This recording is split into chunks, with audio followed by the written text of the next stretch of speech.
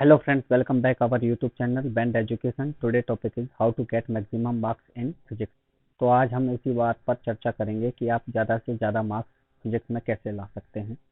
तो आइए चर्चा करते हैं। बात करते हैं ऑप्टिक्स की। तो ऑप्टिक्स में दो टॉपिक आते हैं आपका, एक तो आता है रे, देन दूसरा टॉपिक आता है आपका वेव।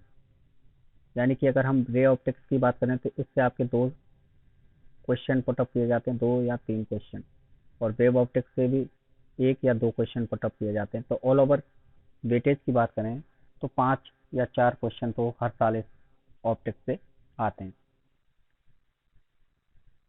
बात करते हैं सेमीकंडक्टर और डिजिटल इलेक्ट्रॉनिक्स की बात करें तो इससे हर साल 2 या 3 क्वेश्चन तो पूछे जाते हैं। देन हम बात करते हैं wave motion and Doppler effect की। तो इससे भी 2 से 3 क्वेश्चन पूछे जाते हैं। ओके, तो आप याद रखें, डॉपलर इफेक्ट से आपका पक्का एक क्वेश्चन मिलेगा और वेव मोशन से भी आपका एक क्वेश्चन मिलेगा। डॉपलर इफेक्ट से कई बार 2 क्वेश्चन पूछ लिए जाते हैं, तो 2 से 3 क्वेश्चन यहाँ से पुटअप किए जाते हैं। देन हम बात करते हैं कैपेसिटर और अल्टरनेटिव करंट की बात करते हैं इसी।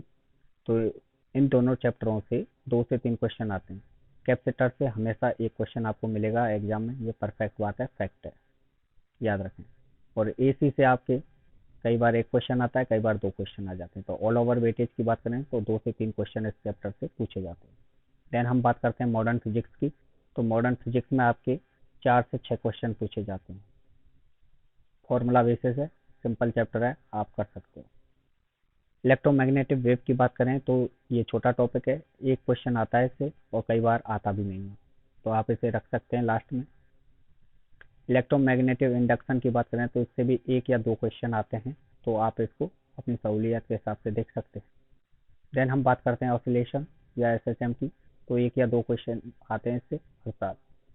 बट एसएचएम एक ऐसा टॉपिक है जिसका यूज मैकेनिक्स में बहुत होता है, कई जगह होता है इसका यूज, तो आप इसको अच्छे ढंग से कर लें तो बेहतर ही रहेगा। देन हम बात करें थर्मल फिजिक्स की। तो थर्मल फिजिक्स में आपके 3 से 5 क्वेश्चन आते हैं पर ईयर। एक क्वेश्चन तो आपका रेफ्रिजरेटर और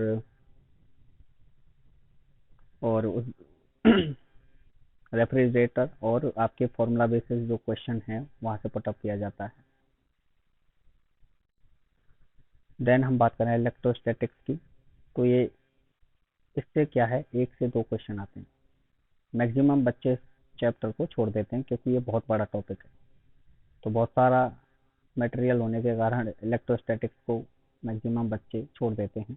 तो आप इसे छोड़ सकते हैं क्योंकि 1 या 2 क्वेश्चन आते हैं। अगर आपके पास टाइम है तो आप इसको अच्छे ढंग से कर सकते हैं। देन हम बात करते हैं फ्लूइड मैकेनिक्स की। तो इससे आपके 2 से 3 क्वेश्चन आते हैं, सिंपल टॉपिक है। ग्रेविटेशन से भी आपके 2 से 3 क्वेश्चन आते हैं।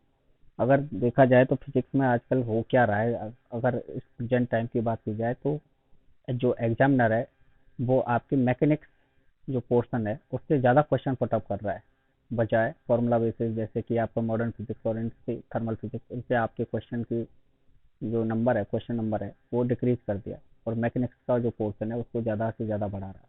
तो वो आप देख सकते हो प्रीवियस ईयर के क्वेश्चन पेपर चेक करके।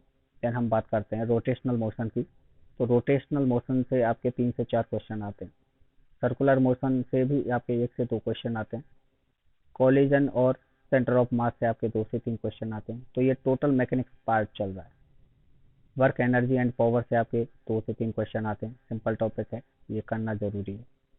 मोशन एंड फ्रिक्शन से भी आपके 2 से 3 क्वेश्चन आते हैं। काइनेमेटिक्स से भी आपके एक आता है, कई बार 2 आ जाते हैं।